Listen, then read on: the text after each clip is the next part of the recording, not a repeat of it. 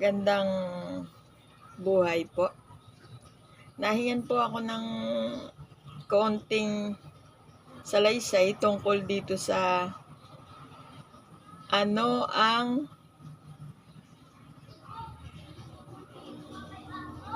naging apekto ng pandemya ng COVID.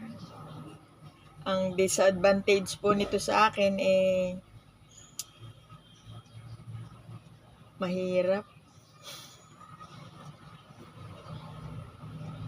Kasi po, bilang isang factory worker,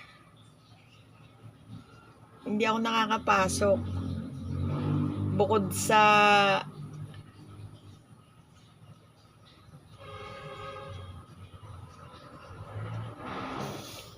mani sandali. Hello po. Violeta Estrada po yung name ko at nakatira dito sa Imus, Cavite. Nahingan po ako ng isang salaysay kung paano nakaapekto sa akin yung pandemya ng COVID.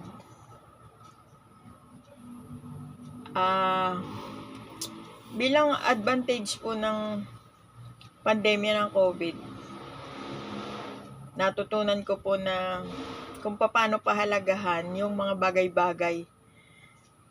Kasi kapag dumating yung ganitong panahon, kailangan mo talaga na hindi mo malalaman, hindi mo maiisipan kung anong gagawin mo kung hindi ka naging masinop nung mga nakaraang panahon. Kaya marami siyang itinuro na dapat matutunan ng bawat isa. Hindi lang yung pananalangin, yung pagiging malapit sa Panginoon at isinasabuhay yung buhay na kalugod-lugod sa Diyos. At ang disadvantage naman po nito, sobrang mahirap kasi hindi po ako nakakapasok sa trabaho. So, paano yung buhay, paano yung pangangailangan kung hindi ka makakapagtrabaho? Yun lang yung trabaho ko, yung inaasahan ko eh. Kaya, sobrang mahirap po.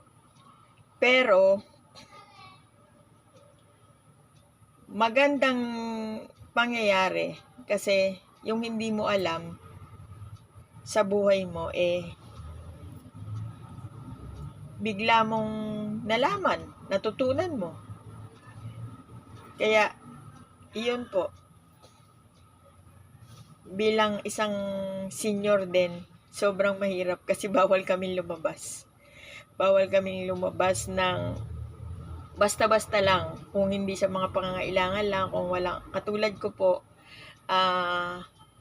single lang po ako na kailangan magtrabaho para sa mga pangangailangan sa buhay. Yun po. Salamat po at magandang buhay. Shout out mga kabilay. Subscribe po.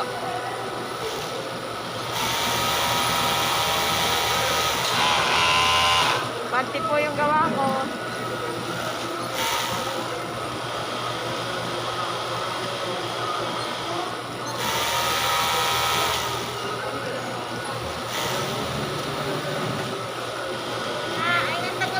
Watch out mga kabilay.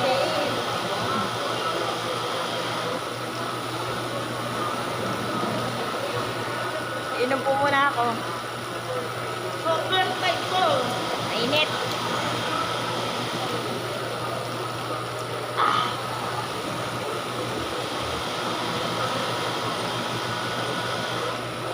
Mainit po, mainit. Mainit po ito. Hindi na uwi ka na? Oo, yung gagawin ko. Gusto mo, hindi na ako makahinga. Napapagod na ako, no? Grabe siya. Ang haba ng explanation. May multo pa ako, malaking babae sa tinas eh.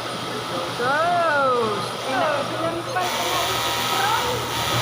pinanlaw yung sarili niya. Pinanlaw.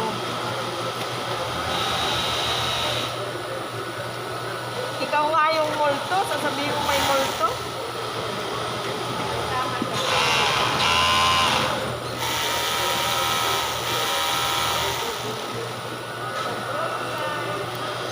mag-lips, mamolbo, mag-lipstick. Tatakpan lang din naman ang mask.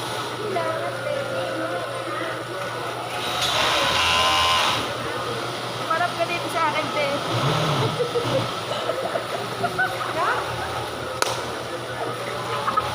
Ah! Anong ginagawa sa mga Marap. Sabihin mo, mag-pulpos, mag-lipstick. Pakita mo, te. Pakita mo.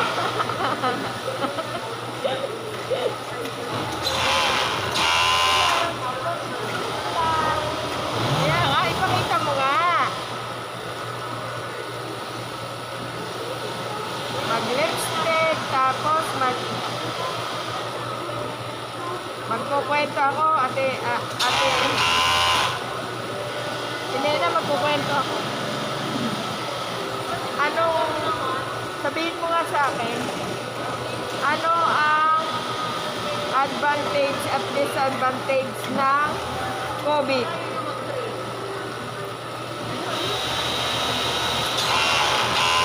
Ano ba ang disadvantage at saka advantage ng COVID? Para sa'yo, anong naidulot sa'yo ng COVID? Anong natutunan mo ba?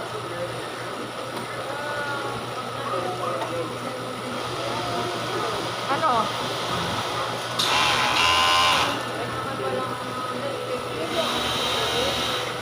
Ano ba? Nakabuti ba? Nakasama? Ano ba? Nakasama sa anong paraan? Sa'yo nga, sa'yo. Huwag mong pakalman yung iba. Sa'yo, anong pangyayari ba? Anong aral? Anong pagbabago? dapat yung Ano? Ay, tanong mo, bakit? Pwede mo naman sagutin ngayon bago ka umuwi, ah. Sagutin mo na. Sagutin mo na, Tinina. Gagalitin mo pa ako, ah. Ano nga ang mabuting idinulot sa iyo at saka hindi mabuti ng pandemya ng COVID? Mabuti? Bakit? Naging mabuti? O, yun.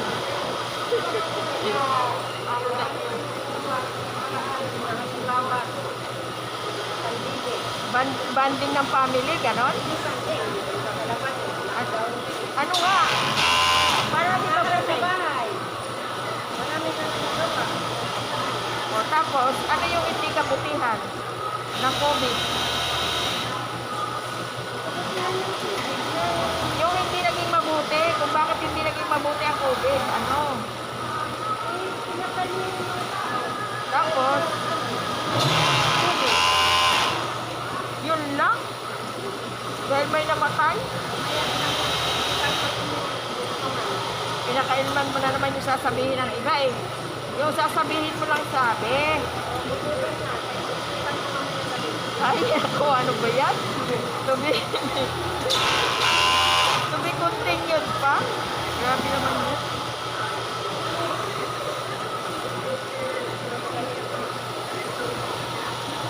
Oh, wag mo patayin yung mga ilaw, te. Ako na, ha? Ikaw lang ang aalis, hindi pa ako. Please lang, please. Tinina, may sinulit ka ng ganito sa akin? Ha? May sinulit kang gana rin sa akin? Wala na pala akong sinulit. Ayun, oh, marami sinulit yan. Oh, kapaghanap ko ng sinulit. Ano ba sinulit? Kukunin niyo yung sinulit ko. Hindi naman tayo magpakulay. Kaya nga, kung may gana rin ka ba? Ay, doon. Hanapin niyo yung mga sinulit na mga nagaganyan. Bakit? Gawin sa akin, line leader. Kaya wala akong sinulit, Ben.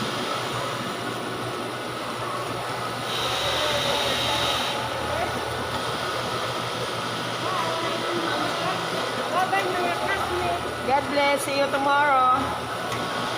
Kaway-kaway ka muna, Ben. Kaway-kaway ka. Bye.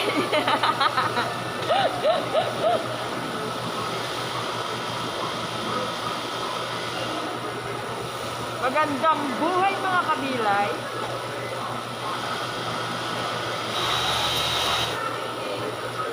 Lisa, mahaba na yung oras mo, Lisa. Ano? Mahaba na yung oras mo. Saan? Dito, umayos ka na, umuwi ka na. Oh, Kailangan mga alas 8 pa nga. dito ka, magdaan, tapos kumaway ka. Bilis. Yeah. Hi! Sabi niya kumawa, hindi lang kakaway. Ayan po si Lisa, ayaw pang umuwi.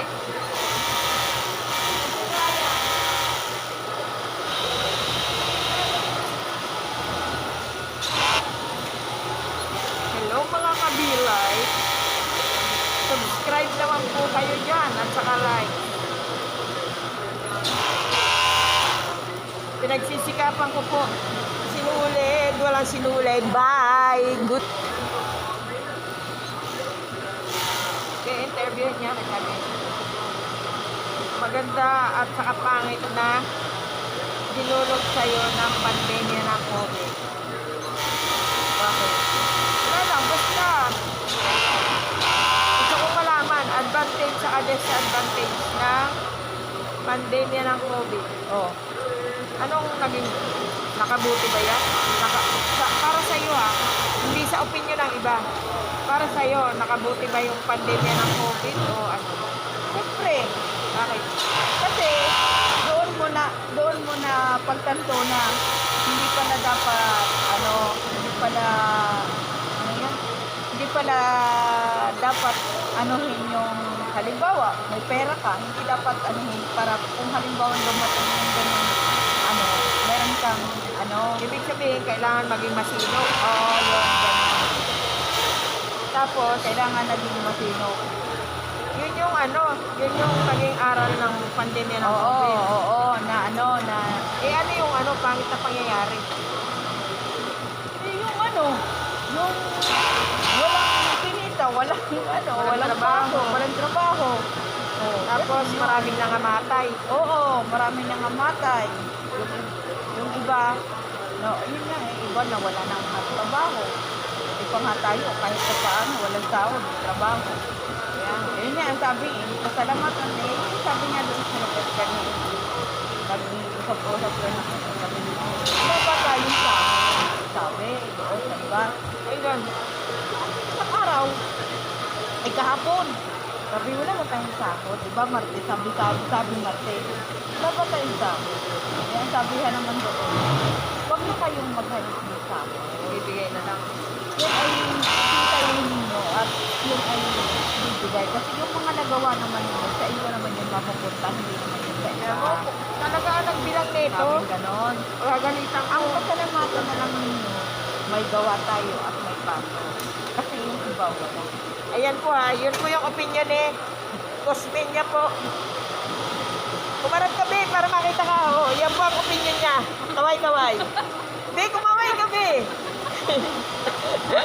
Masapit. Kaway-kaway.